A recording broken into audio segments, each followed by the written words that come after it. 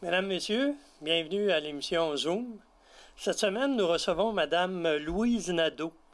Louise s'occupe de la clinique d'architecture patrimoniale de Chaudière-Appalaches, de la MRC en fait, dans son cas à elle. Ça s'adresse aux propriétaires de maisons anciennes de la MRC des Appalaches. Alors, Madame Nadeau, je vous laisse vous présenter. Bonjour, M. Hamel. Oui, ben moi, je suis conseillère en développement territorial. Autrefois, on disait conseillère en développement rural. Puis, je suis à la MRC des Appalaches. Donc, je travaille pour l'ensemble du territoire, l'ensemble des 19 municipalités de la région. Puis, je suis responsable aussi du dossier culture, patrimoine à la MRC. Fait que c'est un peu à ce titre-là que je viens vous parler d'un nouveau service conseil. Pouvez-vous nous en faire l'historique? Puis le contexte? Oui, c'est bon. Ben, il faut dire que c'est un projet en ce moment qui réunit l'ensemble des MRC de la Chaudière-Appalaches.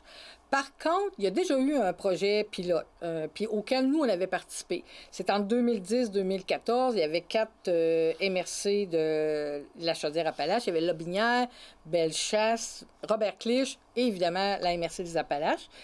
C'était un projet pilote là, qui avait été initié par les 4. Puis l'objectif de ce service-là, qu'on appelle service conseil de la clinique d'architecture patrimoniale de la Chaudière-Appalaches, en fait, ben, c'était d'outiller les propriétaires de maisons anciennes qui voulaient rénover leur maison, puis qui voulaient quand même, l'important aussi de faire ça dans les règles de l'art, pas de rénover pour rénover, puis dans certains cas, on va parler de restauration pour retrouver ou préserver le cachet patrimonial de la maison en question. Et dans la première mouture, donc dans notre région, il y avait eu 44 dossiers qui avaient été traités, des dossiers qui venaient de partout, des municipalités de notre région. Donc, quand même, 21 dossiers qui étaient ici, la TV communautaire est située dans le centre-ville de Thetford-Mines, qui étaient dans le centre-ville de Thetford. Mais je vous arrête. Dans la première mouture, oui, il y avait un nombre limite aussi de résidences qui pouvaient... oui, effectivement. Et là aussi, parce que c'est une enveloppe budgétaire, là, dans la version 2, on va l'appeler comme ça, des cliniques CAPCHA, il y a... c'est un budget qui est attribué d'ailleurs par le Fonds d'appui au rayonnement des régions, OK? C'est une enveloppe, ça, au niveau régional pour faire des projets à l'échelle de la Chaudière-Appalaches. Projet d'ailleurs qui avait reçu l'appui de la table régionale des élus municipaux de la Chaudière-Appalaches. Et c'est pour 3 années, 2019, 2020, 2021. Et c'est pour notre territoire, c'est 13 dossiers par année, donc pour un total de 39 qu'on va pouvoir financer.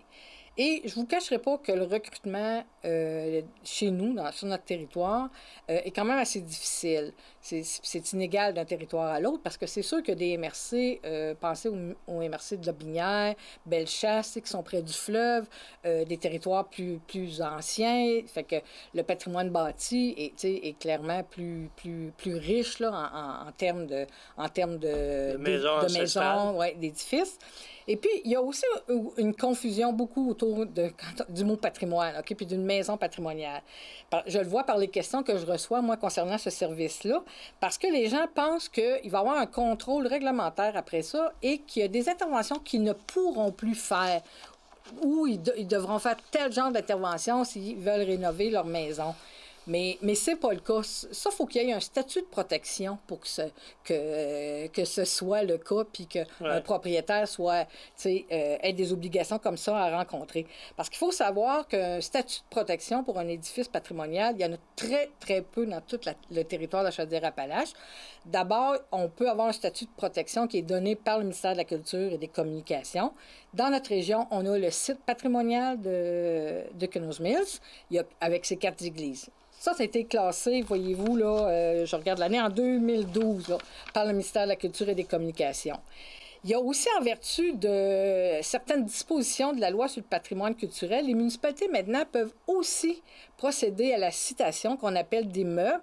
L'objectif, c'est de reconnaître la valeur patrimoniale de ce bâtiment-là, de le protéger soit en totalité ou soit certaines composantes du bâtiment. Puis souvent, c'est l'extérieur. Ça peut concerner aussi l'intérieur d'un bâtiment, mais dans le cas des municipalités ici, là, qui ont cité, c'est plus souvent l'enveloppe extérieure. Il y a, en 2003, la municipalité d'Irlande qui a cité la petite église Holy Trinity, qui est un beau lieu culturel. Il y a en 2015 la municipalité d'Atistoc, elle qui a cité l'église de Sacré-Cœur de Marie, qui s'appelle l'église Très Saint-Cœur de Marie d'ailleurs, également le presbytère et l'ancienne école de ce village-là. Même le cimetière aussi, d'ailleurs. C'est les 4 éléments. Mais voyez-vous, quand on parle de l'ancien presbytère, l'ancienne école, ce sont les seuls bâtiments privés qui sont cités dans notre région. Ça veut dire que toutes les autres propriétés, là, ils n'ont aucun statut de... Tu sais, partout, là, sur le territoire. Au point de vue responsabilité du conseil municipal, parce que c'est le conseil municipal, oui, par règlement. C'est une décision qui est quand même assez difficile Oui, mais souvent, ça va se faire en concertation avec les propriétaires privés. Tu sais, dans les exemples qu'on a. Puis, il y a aussi la ville de Thetford-Mines, elle, qui a cité en 2017, 3 églises, celle de Saint-Désiré à Black Lake, celle de Saint-Alphonse et celle de Sainte-Marthe, qui, depuis ce temps-là, vous savez, a été vendue, est devenue l'espace culturel le Vitrail. Mais il y a quand même des éléments de cette bâtisse-là que les propriétaires, de toute façon, en l'achetant, savaient qu'il faudrait qu'ils protègent. Puis notamment les vitraux, par exemple. C'est pour ça que je vous dis, des fois, c'est certains éléments. Fait que la même chose, il y a aussi le presbytère, un des presbytères, là, de celui de Black Lake qui a été, je crois, là, cité.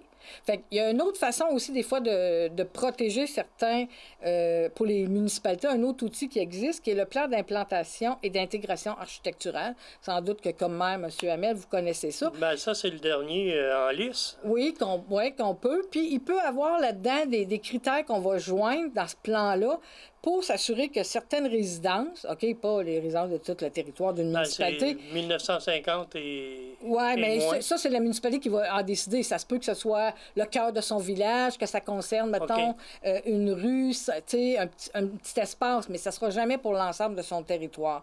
Puis ça, il faut faire attention parce que le PIA, le plan d'implantation et d'intégration architecturale, c'est différent d'un plan de conservation parce qu'on a souvent entendu parler dans les médias d'exemples de l'île d'Orléans, OK? Mais là, dans ce cas-là, c'est des plans de conservation. Et ça, c'est beaucoup plus sévère et beaucoup plus restrictif. Oui, le PIA empêche de construire un peu n'importe quoi, n'importe où. Oui, c'est l'esprit général. L'esprit, ouais, c'est ça. Alors, oui, je disais, c'est des constructions qui ont été faites avant 1950. Oui, exactement. Pour être admissible, c'est la première condition. Puis, il faut aussi être sur le territoire de la MRC des Appalaches, des 19 municipalités. OK? Donc, c'est Thetford-Mines, mais c'est Beau-Lac-Garbé, Saint-Fortuna, si on veut, vers le secteur sud. Je n'énumérerai pas les 19, mais après, on va jusqu'à Saint-Jacques-de-Leeds, East Broughton, Sacré-Cœur-de-Jésus, donc tout le territoire. Mais cette clinique-là, ça fonctionne comment? Ça a un accès à l'expertise? Bien, exactement. Puis, c'est sûr que, il faut que vous ayez le désir d'entreprendre des travaux, OK? Puis des travaux extérieurs. Vous avez envie de changer des fenêtres, changer une porte, refaire la toiture, faire faire le revêtement, isoler. Bien, là, puis vous avez envie de faire ça à court terme, bien, là, ça s'adresse à vous autres à ce moment-là, à vous autres, les propriétaires concernés. Puis, il faut aussi que vous ayez le désir, quand même, de préserver le cachet ancien, de votre maison, ou d'essayer de le retrouver. Mais si une maison, même si ça date de 1950, puis elle a été complètement dénaturée, ça ne serait pas admissible. OK? Ouais. Et c'est l'architecte qui décide? Ou... non. En fait, le projet, c'est géré par la MRC de Lotbinière pour toute la Chaudière-Appalaches. Mais à chaque fois qu'il y a une demande qui est déposée, qui vient de chez nous, de notre territoire, c'est transféré à la MRC. Puis c'est nous qui regardons ça, qui analysons ça. Ouais, avec les critères qu'on connaît. Puis quand un coup que la personne est acceptée, là, il y a un architecte qui se présente puis qui détermine les matériaux qui devraient être utilisés. Oui, en fait, puis le support de cet architecte-là, il faut dire que c'est une architecte, c'est la firme Marie-Josée Deschênes, elle est dans la MRC de Bellechasse, parce que, puis pourquoi c'est elle? Parce que, premièrement, on est allé en appel d'offres pour réaliser ce projet-là avec un ou une architecte, puis c'est que c'est une architecte spécialisée dans le patrimoine bâti. C'était d'ailleurs elle qui avait participé au projet pilote, là, en 2010-2014. Et ça fonctionne en deux temps. D'abord, il y a une visite terrain. Fait que quelqu'un de cette firme-là se rend chez vous, prend rendez-vous, puis regarde, parle de vos besoins. Tu sais, vous dites, ben moi, là, ce que j'envisage à court terme, c'est de changer mes fenêtres, les portes, puis peut-être refaire la galerie. Fait que, mais elle va le regarder globalement, OK? En se disant, ben oui, cette année, c'est peut-être ça que vous allez faire, mais hop, dans 5 ans, vous allez avoir envie de refaire le toit, vous allez avoir envie. Fait que, elle regarde quand même l'aspect complet. Complet, oui. Fait que, puis même la visite, là, les propriétaires qui y ont participé, moi, ce qu'ils me disent, c'est juste la visite, c'est enrichissant parce qu'il y a déjà un bel échange. Puis déjà sur place, elle donne des conseils. Puis, bon, elle va rentrer à l'intérieur. C'est sûr qu'en ce moment, avec la pandémie, on fait attention, mais elle rentre à l'intérieur pour aller voir deux choses, le grenier, puis le sous-sol, OK, de cette maison-là, parce que ça, c'est quand même important, tu sais, pour la structure, pour la question d'isolation. Les coûts, c'est intéressant. Bien, écoutez, ça coûte 100 alors que c'est vraiment évalué à 800 un service conseil comme ça, parce que le reste est subventionné, dans le fond. Fait que ça veut dire que c'est la majeure partie de la facture qui est subventionnée. OK. Puis, est-ce qu'il va y avoir d'autres projets au niveau de la clinique d'architecture qui s'en viennent? Oui. Puis juste vous dire, là, puis après ça, elle vous remet un rapport complet. Puis le rapport, là, c'est une 25-30 pages, ça dépend des maisons. Et puis là-dedans, là, c'est riche. Il y a des plans, il y a des esquisses. Ouais. Fait que, OK, je termine là-dessus. Je vois que le temps file. Puis oui, dans le fond, la MRC, elle a quand même priorisé au cours des dernières années plusieurs projets en mise en valeur de son patrimoine. Des projets de toutes sortes, dont un projet dont on est très fiers, c'est la création d'une plateforme. On parle donc sur le web. Quand on parle d'une plateforme numérique, on l'appelle Patrimoine 360 de la MRC des Appalaches. Je vous en dis pas plus. Puis aussi la production de vidéos 3D sur les sites miniers. C'est deux projets qui sont financés par notre entente de développement culturel avec le ministère de la Culture et des Communications. Puis je sais que vous avez un invité, dans le fond, à qui on a confié ces deux projets-là. C'est un entrepreneur de notre région. Exactement. Alors, mesdames et messieurs, vous avez eu la mise en bouche de Mme Nadeau. Maintenant, je vais vous présenter celui qui va s'occuper du projet.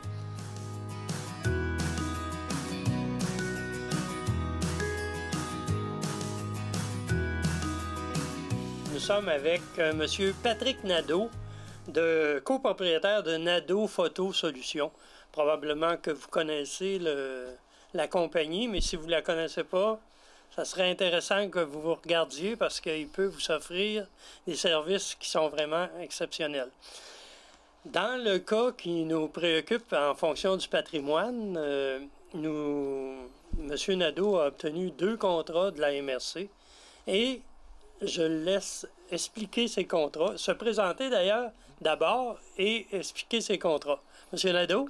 Bien, merci. En fait, je suis natif d'ici, de la région de Thetford. Je demeure maintenant à Disraeli.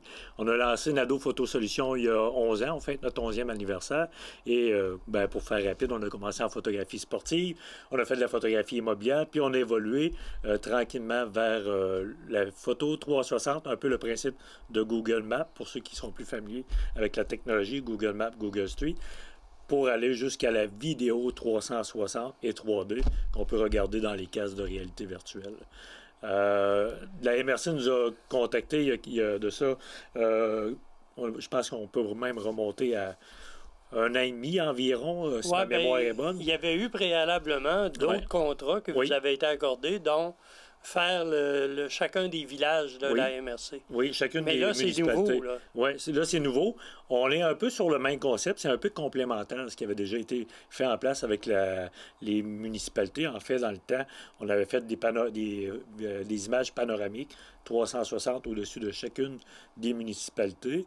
Et on avait été voir aussi chacune des municipalités à savoir qu'est-ce qu'ils voulaient mettre de l'avant en 360, que ce soit des attraits touristiques ou des points de vue hors du commun. Et à la suite de cette plateforme-là, qui est la MRC des Appalaches, 360.com, on a par la suite eu le mandat d'aller un petit peu plus loin, mais de mettre en valeur le patrimoine. Et de là, Louise nous a contactés à la MRC pour nous proposer ce projet-là. Donc, en fait, vous avez 2 contrats. Oui, on a eu ce premier contrat-là. Et là, on a fait le tour, exemple, des églises. On a fait tout ce qui est au niveau patrimonial, que ce soit aussi patrimonial industriel, des vues, des points de vue au-dessus des mines. Ça peut être un patrimoine au niveau nature aussi, comme le Mont Hadstock. Donc, on a mis ça en valeur. Et de la manière qu'on l'a mis en valeur, oui, on a des images 360, mais quand on va sur la plateforme par le web, on est capable d'avoir un texte et une narration. Donc, on peut être en 360, cliquer sur une voix narratrice et entendre ce qui est l'histoire, la description, la description de ce qu'on voit. Donc, vraiment, on peut se promener comme ça, parce qu'on n'a pas accès à tous ces endroits-là non plus. Des fois, on ne peut pas aller à l'intérieur de l'église si elle est fermée. Il y a des mines qu'on ne peut pas accéder parce que ça prend les autorisations spéciales. Donc, ça redonne un peu accès à la communauté. Ça redonne accès à ces endroits-là. Mais vous avez aussi des maisons patrimoniales. On n'est pas allé beaucoup dans le privé parce que, on voulait quand même, parce que là, ça a été dur de trancher jusqu'où on va dans le privé. Donc, on était plus au niveau de ce qui est accessible à tout le monde un peu, mais pas tant, exemple, si je prends un restaurant qui est patrimonial, bien, en même temps, il faut faire attention parce que si je vais photographier à cet endroit-là, ben on peut. C'est toujours un peu compliqué. La concurrence. La concurrence. Fait qu'il fallait faire attention là où on jouait là-dedans. Mais il y a toujours possibilité, par contre, s'il y a des entrepreneurs ou des gens qui ont un site patrimonial, reconnu patrimoine, ben on est capable d'aller, de photographier en 360 et d'ajouter sur la plateforme ces endroits-là. Donc, c'est pas fermé à eux, mais pas du tout, là. Quand on parle de sites, on peut penser à Kenner's Mills, Oui. Ou au cimetière le long du chemin Craig, Oui. les vieux cimetières anglophones. Oui, on a beaucoup, exemple, si on prend Kenner's Mill, on a les 4 églises, on a une vue au-dessus du village, évidemment. On a plusieurs églises de fait. En fait, si je me trompe pas, de mémoire, ça fait un petit bout de temps déjà que j'ai travaillé sur le projet, mais de mémoire, on a une bonne 50aine d'endroits de fait là, à travers la MRC dans les 19 municipalités. Là. On a vraiment couvert l'ensemble des municipalités dans ce projet. Dans le patrimoine, c'est évident que le chemin de Craig, c'est vraiment la mère du patrimoine dans la région. Là. Oui. Fait qu'on a, évidemment, on essaie de pas passer à côté des endroits qui sont symboliques. Comme le site historique à Saint-Jacques-de-Lys. Oui, exactement. On a le site historique, on a l'église Saint-Alphonse qu'on peut voir à l'intérieur. Et ça, c'était notre premier mandat au niveau patrimonial. OK. Et il restait des fonds, parce que je ne coûte pas assez cher, évidemment, mais il nous restait des fonds. Puis, mais on avait d'autres idées où on voulait aller un peu plus loin que ce qu'il y avait la première idée, où on voulait vraiment immerser les gens en réalité virtuelle. Et là, on peut créer un effet wow. Et c'est une expérience que vous allez pouvoir faire prochainement, quand le musée va pouvoir reprendre, le musée Minéraux va pouvoir reprendre après le COVID. On va avoir 4 cases de réalité virtuelle comme ça ici au musée minéralogique. Et ça va être offert gratuitement parce que ça a été payé par la MRC. Donc, les gens vont pouvoir y accéder gratuitement. Ça va être dans le hall d'entrée au musée. Et on va pouvoir mettre le casque sur la tête. Et là, l'expérience qu'on a, c'est assez hors du commun. On sait qu'on s'en va dans 4 anciennes mines. On a la mine Lake, la mine BC, la British Canadian, qui est juste à côté de la Lake, à Black Lake. On a la mine Beaver dans le quartier Mitchell et on a la mine Carey qui est entre East Broughton et Sacré-Cœur de Jésus. Je mêle toujours de Jésus et Marie. Donc, à Tring Junction, à ces endroits-là. Et à cet endroit-là, ce qu'on a fait, c'est pas juste des photos 360, mais une vidéo 360 avec des caméras spéciales qui ont 6 lentilles. Et en plus d'être 360, on peut regarder partout autour de nous, en haut, en bas, et on a l'effet de profondeur de 3 dimensions. Et on peut même rentrer dans les anciens bâtiments, descendre dans le fond de la puits de la mine Lake, où on a l'impression d'avoir les 2 pieds dans l'eau. Et les gens ne peuvent pas avoir accès à ça. Donc, il a fallu nous descendre jusque dans le fond. Ah, ça n'a pas été fait tout le temps avec un drone? Non, pas toujours avec un drone. On a aussi le drone où on survole. Et quand on met ça sur la tête, moi, je fais toujours j'assis les gens ou je leur fais mettre la main sur une chaise parce que on a vraiment l'impression qu'on vole, qu'on est à vol d'oiseau.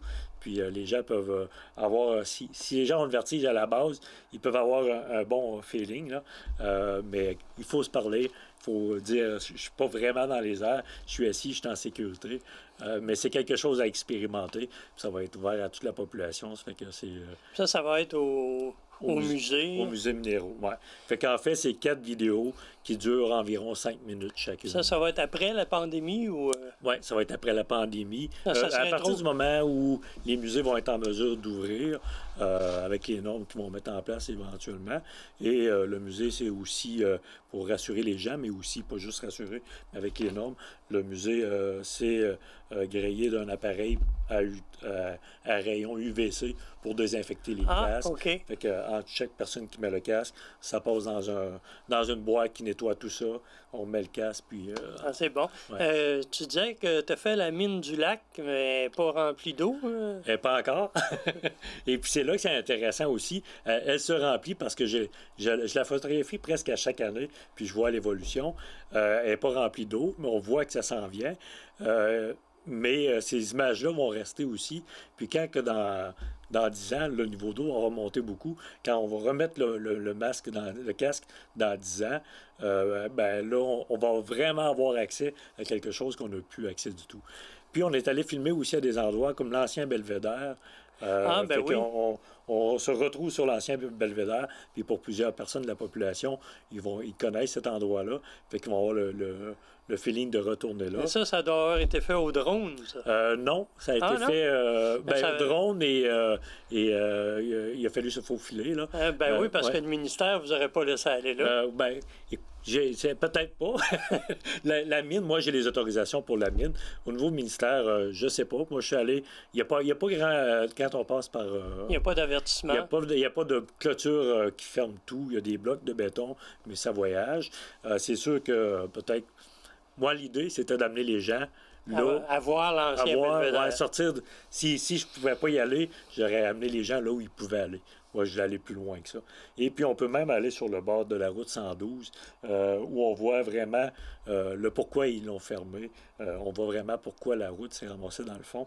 Fait qu'on voit toutes les fissures autour de nous. Ouais. Fait qu'on a ce vertige-là aussi. Est-ce que la mine du lac, ça va être un lac turquoise, comme on retrouve dans le haut de Black Lake? Oui, comme la Flint Cove. Oui, quand on est dans le fond, on peut vraiment voir la clarté de l'eau, là. C'est sûr que ça va faire d'un lac magnifique quand ça va être plein d'eau. J'espère qu'on aura accès à ça éventuellement, la population. En chaloupe? En chaloupe. Il va falloir ensemencer peut-être, là. Mais c'est sûr que ça va être des sites hors du commun. Puis d'un avenir, ça serait plaisant de pouvoir exploiter ce genre de choses-là parce que pour au niveau touristique, pour la région, c'est clairement un atout. Un peu comme on retrouve à Sacré-Cœur de Jésus, le lac... Le sentier de la mine. Oui, puis il y a le lac Boston. Le lac Boston, oui. Où il y a de la truite. Où ils ont su vraiment exploiter ces anciennes carrières-là, puis donner une seconde vie à tout ça. Mais là, on les a en virtuel. Oui, là, on les a en virtuel. En attendant de pouvoir y aller en réel. Il y a des endroits où on peut... il y a le fameux lac bleu... à Isbra, justement à la mine Carey, c'est aussi interdit d'y aller, mais avec le casque, vous allez pouvoir voir voir de quoi ça c'est des images qui ont été faites en été? Été et automne. OK. Puis on a des images de fait à l'intérieur des bâtiments aussi. Si je pense encore à la mine Carey, on est à l'intérieur des bâtiments et on voit que le temps et les conditions météorologiques ont fait leur travail. Donc on voit le toit affaissé, la peinture écaillée. Ça pourrait être des scènes d'horreur. Pratiquement, on pourrait pratiquement filmer des films d'horreur à ces endroits-là. Et quand on met le casque, l'horreur se transmet. Oui, une chance qu'on a une belle musique pour tourner ça autrement. Mais on communique un sentiment à travers tout ça. Ouais. Monsieur Nadeau, je vous remercie beaucoup. C'est super intéressant. Mesdames, Messieurs, c'est certain que vous allez avoir hâte que le musée reprenne ses fonctions qui ne soit plus sur la liste dans les zones rouges qu'on est actuellement. Et la journée où ça va réouvrir, ben, vous aurez la possibilité. Moi, j'ai regardé avec un casque, j'ai regardé la mine Carey. Super intéressant. On a une vision 360 degrés. On visite l'intérieur de l'ancien moulin. Très intéressant. Alors, c'est tout pour notre émission cette semaine. Je vous remercie de votre écoute et je vous dis à la semaine prochaine.